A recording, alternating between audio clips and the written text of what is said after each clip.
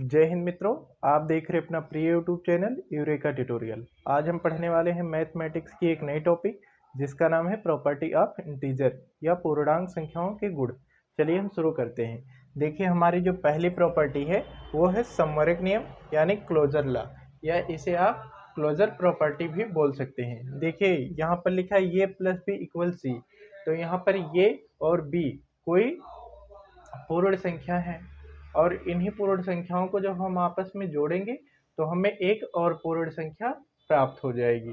तो ये है हमारा समवर्ग नियम। जैसे हम यहाँ पर देखते हैं, देखिए यहाँ पर जैसे ये कोई संख्या मान लो 2 और बी मान लो कोई अलग एक 3, तो ये दोनों मिलकर के क्या हो गया 5। तो ये क्या हुआ, समवर्ग नियम के अंतर्गत इसे जोड़ा गया। इसी तरीके से यहाँ पर समवर्ग गुणन नियम है, तो जैसे यहाँ पर 2 गुणे 3 तो बराबर क्या आएगा 6। तो ये भी क्या है, समवर्ग गुणन नियम। इसी तरीके से यहाँ पर है, तो यहाँ पर ऐसे 7 माइनस 2 तो क्या आएगा 5। तो ये क्या है, समवर्ग घटाव का समवर्ग नियम। ठीक है, तो इसी तरीके से जब हम आगे बढ़ेंगे तो हमारे पास है क्रम विनिमय नियम यानी कम्यूटेटिव लॉ। तो देखिए जैसे यहाँ पर लिखा है ये प्लस बी इक्वल सी, तो देखिए भैया जैसे 2 प्लस 3 तो ये क्या होगा 5, और अगर जो हम इसे 3 प्लस 2 कर दें तो भी ये क्या होगा 5। तो ये है हमारा क्रम विनिमय नियम। इसी तरीके से गुणा में भी होगा, जैसे 2 गुणे 3 तो भी क्या होगा 6, और 3 गुणे 2 तो भी क्या होगा 6। तो इसे हम क्या कहते हैं, क्रम विनिमय नियम। इसी तरीके से हमारा तीसरा नियम है सहचर नियम यानी एसोसिएटिव प्रॉपर्टी। तो ये क्या है, देखिए यहाँ पर लिखा है ये प्लस बी प्लस सी। तो देखिए जैसे ये कोई मान लेते हैं 2 प्लस 3 प्लस 2, आप इसे जोड़िए तो ये 5 और 2 7 हो जाएगा। अब यही संख्या यहाँ पर रख दीजिए तो ये भी क्या हो जाएगा 2 3 5 और 2 7। तो ये एक ही बात है, तो इसे हम इस तरीके से भी लिख सकते हैं और इस तरीके से, यानी जैसे इसे हम देख लेते हैं। अब इसे हम ये लिख सकते हैं 2 प्लस 3 प्लस 2 और दोनों को जोड़ेंगे तो 7 7 ही आएगा। तो ये होता है हमारा सहचर नियम यानी एसोसिएटिव प्रॉपर्टी। इसी तरीके से ये गुणन में भी फॉलो होता है, 2 गुणे 3 गुणे 2। अब इसको जब आप गुणा करेंगे तो 2 3 6 6 दूनी 12। ऐसे जब आप इधर भी इसको कर लेंगे 2 गुणे 3 गुणे 2, यहाँ पर तीनों संख्या अलग अलग भी हो सकती हैं, कई तरीके की छोटी भी संख्या हो सकती है और बड़ी भी संख्या होती है, इससे कोई भी प्रॉब्लम नहीं है। अब इसे भी जब आप गुणे करेंगे तो 2 3 6 दूनी 12। तो ये होता है हमारा क्रम सहचर नियम। और जब हम आगे बढ़ेंगे तो हमारा है वितरण नियम या बंटन नियम, जिसको हम बोलते हैं डिस्ट्रीब्यूटिव लॉ। जैसे देखिए यहाँ पर है ये गुणे बी प्लस सी, तो ये क्या हो जाएगा ये गुणे बी गुणे सी। जैसे देखिए 2 गुणे 3 धन 4, तो इसे हम क्या लिख सकते हैं 2 गुणे 3 धन 2 गुणे 4। ऐसे यहाँ पर जैसे ये प्लस बी यानी 3 प्लस 2 गुणे 2 हो, तो हम इसे क्या लिख सकते हैं, तो इसे लिख सकते हैं 3 गुणे 2 धन 2 गुणे 2। तो ये होता है हमारा बंटन नियम, यानी इसे कहते हैं हम डिस्ट्रीब्यूटिव लॉ। इसके बाद हमारा आता है निरसन नियम यानी जिसको हम कहते हैं कैंसलेशन लॉ। तो देखिए जैसे यहाँ पर ये प्लस सी इक्वल बी प्लस सी, तो हमारा आएगा ये इक्वल बी, क्योंकि देखिए ये प्लस सी इक्वल बी प्लस सी। तो देखिए सी इधर भी है सी इधर भी, ये सी प्लस में है इधर आएगा तो माइनस में हो जाएगा। जैसे देखिए हम ये को ले लेते हैं 3 प्लस और सी को ले लेते हैं 4 और बी को कोई दूसरी संख्या ले लेते हैं 2 और सी 4 ही है। अब ये 4 इधर आएगा तो ये क्या हो जाएगा 3 प्लस 4 माइनस 4 बराबर 2। अब 4 में से 4 चला जाएगा 0, तो 3 बराबर क्या आ जाएगा 2। ऐसे यहाँ पर ये सी इधर चला आएगा तो एक प्लस का रहेगा एक माइनस का, तो माइनस माइनस कट जाएगा तो ये बराबर बी बच जाएगा। इसी तरीके से गुणा में है, तो यहाँ पर ये गुणे बी है। अब ये भी इधर चला आएगा तो ये क्या हो जाएगा भाग में हो जाएगा और यहाँ से यहाँ कट जाएगा तो ये बराबर सी आ जाएगा। तो ये है हमारा कैंसलेशन प्रॉपर्टी।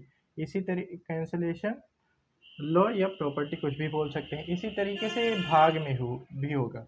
जैसे यहाँ लिखा है ये गुणे पी और बी गुणे पी, तो नीचे दोनों तरफ पी पी है, और जब नीचे और ऊपर दोनों तरफ एक ही जैसी संख्याएं होती हैं तो कट जाती हैं। जैसे यहाँ पर देखिए ये लिखा है 6 और बटा लिखा है 12। क्या लिखा है 12, तो हम इसे लिख सकते हैं 2 गुणे 3, और 12 को क्या लिख सकते हैं 2 गुणे 3। तो देखिए ये 2 गुणे 3, तो 3 भी कट गया, तो और 3 यहाँ भी कट गया, और 2 भी कट गया, और 2 भी कट गया, तो हमारे पास क्या आ गया 1/2। तो ये होता है डिवाइड का कैंसलेशन रूल। फिर यहाँ पर है हमारे पास योगात्मक प्रतिलोम। योगात्मक प्रतिलोम और योगात्मक प्रतिलोम क्या होता है, जैसे देखिए दो ऐसी पूर्ण संख्याएं जिनका योग यानी पूर्णांक संख्याएं जिनका योग क्या हो 0 हो, तो उसे क्या कहते हैं हम योगात्मक प्रतिलोम। जैसे देखिए यहाँ पर लिखा है ये प्लस ब्रैकेट में माइनस ये, तो यानी जैसे देखो यहाँ पर लिखा है 4, अब इसका योगात्मक प्रतिलोम क्या होगा, तो इसका योगात्मक प्रतिलोम होगा -4, जिसको हम कहते हैं एडिटिव इनवर्स। तो ये क्या हो जाएगा 0 हो जाएगा, क्योंकि 4 और जब माइनस और प्लस ब्रैकेट खुलेगा तो ये -4 और बराबर क्या आ जाएगा 0 आ जाएगा। तो ये होता है हमारा योगात्मक प्रतिलोम। अब जब हम आगे बढ़ेंगे तो हमारे पास है योगात्मक तत्समक, यानी जिसको कहते हैं हम एडिटिव आइडेंटिटी। तो देखिए ये प्लस 0 इक्वल ये जोड़ में जो 0 होता है वो किसी के साथ भी जुड़ जाए तो हमारा आंसर उतना ही होता है। जैसे यहाँ पर ये प्लस 0 इक्वल ये लिखा है, अगर जो मान लो कि ये की जगह पर हम 15 ले लेते हैं तो इसको जोड़ोगे तो भी 15 ही आएगा। ऐसे कोई भी संख्या आप 0 के साथ ऐड करोगे तो 15 ही आएगा, या 15 आएगा, या जैसे कोई संख्या अलग है 10 हो गई तो 10 आएगा, या 16 हो गई तो 16 आएगा। मतलब 0 के साथ हम किसी भी संख्या को जोड़ देंगे तो वो संख्या ही उत्तर हो जाएगी उसकी। तो हमारा जो योगात्मक तत्समक होता है वो होता है 0। और गुणन में हम किसी भी संख्या को 1 के साथ गुणा कर दे तो वही संख्या रहेगी। जैसे यहाँ पर देखिए ये गुणे 1 लिखा है तो इसको गुणा किया तो ये ही आ गया। ऐसे हम 3 गुणे 1 करें तो 3 एकम 3। हम किसी कोई भी टेबल पढ़ते हैं तो पहले 1 से ही पढ़ते हैं। 3 एकम 3, 19 एकम 19, 15 एकम 15, 21 एकम 21। और ऐसे जैसे माइनस में भी होगा तो माइनस बी यानी -3 गुणे 1 करेंगे तो -3 एकम -3 ही होगा। तो ये क्या होता है, एक क्या है गुणात्मक तत्समक यानी मल्टीप्लिकेटिव आइडेंटिटी। फिर गुणन के नियम जो होते हैं तो देखिए जैसे यहाँ पर ये गुणे बी यानी 3 दूनी 6, तो ये संवरक नियम के ही अंतर्गत आते हैं। तो देखिए जब अगर जो दोनों क्या है प्लस प्लस है तब तो सीधा एकदम नॉर्मली गुणा हो जाएगा, 3 गुणे 2 हो गया तो 6 हो गया। लेकिन अगर जो एक प्लस है एक माइनस है तो हमारा आंसर क्या होगा माइनस में आएगा। 3 गुणे -2 तो बराबर क्या हो जाएगा -6। ऐसे माइनस ये गुणे माइनस बी, अगर जो दोनों माइनस माइनस है तो फिर क्या हो जाएगा माइनस माइनस प्लस हो जाएगा। तो इसे कहते हैं गुणन के नियम, या ये गुणन के कुछ नियम हैं। और तो बहुत सारे नियम हैं जो हम अभी कुछ आगे आने वाली वीडियोस में पढ़ेंगे। देखिए फिर हमारा है भाग का नियम। तो भाग का नियम जैसे हम भाग करते हैं, यहाँ पर लिखा है ये अपॉन बी, तो जो ये है तो इसमें इसको अंश भी कहते हैं और इसको हर भी कहते हैं।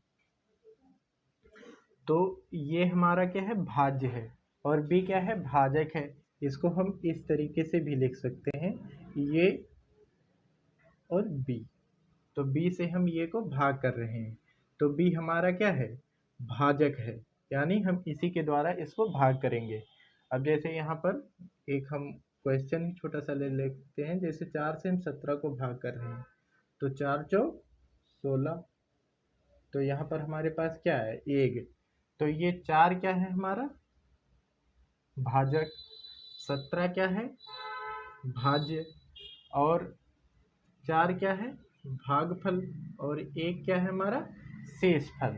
यानी ये क्या है हमारा शेषफल। और जब देखिए यहाँ पर हमने सूत्र भी लिखा है, भाज्य बराबर भाजक गुणे भागफल धन शेषफल। जैसे देखो ये भाजक कितना है 17 बराबर क्या भाजक गुणे भागफल, भाजक कितना है 4 गुणे भागफल और धन 1, तो 4 चौक 16 और 1 17, हमारा आंसर आ गया। तो ये होते हैं भाग के नियम। फिर लिखा है व्युत्क्रम यानी इनवर्स। तो इनवर्स क्या होता है, देखिए जब हम कोई किसी चीज़ को जैसे 1 बटा ये लिखा है, जब इसको हम ऊपर लाएंगे तो ये माइनस हो जाएगा, -1 हो जाएगा, तो इसे क्या कहेंगे, ये इनवर्स कहेंगे। तो यहाँ पर लिखा है ये गुणे ये इनवर्स इक्वल 1 होता है, तो ये कैसे होता है, तो देखिए ये गुणे ये इनवर्स लिखा है, तो ये क्या हो जाएगा, ये गुणे इनवर्स है तो ये नीचे जाएगा तो 1 बटा ये, और ये से ये कट जाएगा तो ये अकम ये, तो आंसर हमारा आ गया 1। अगर जो कोई ऐसा भी लिखा है कि 13 के पावर -2, तो इसे भी हम क्या लिख सकते हैं,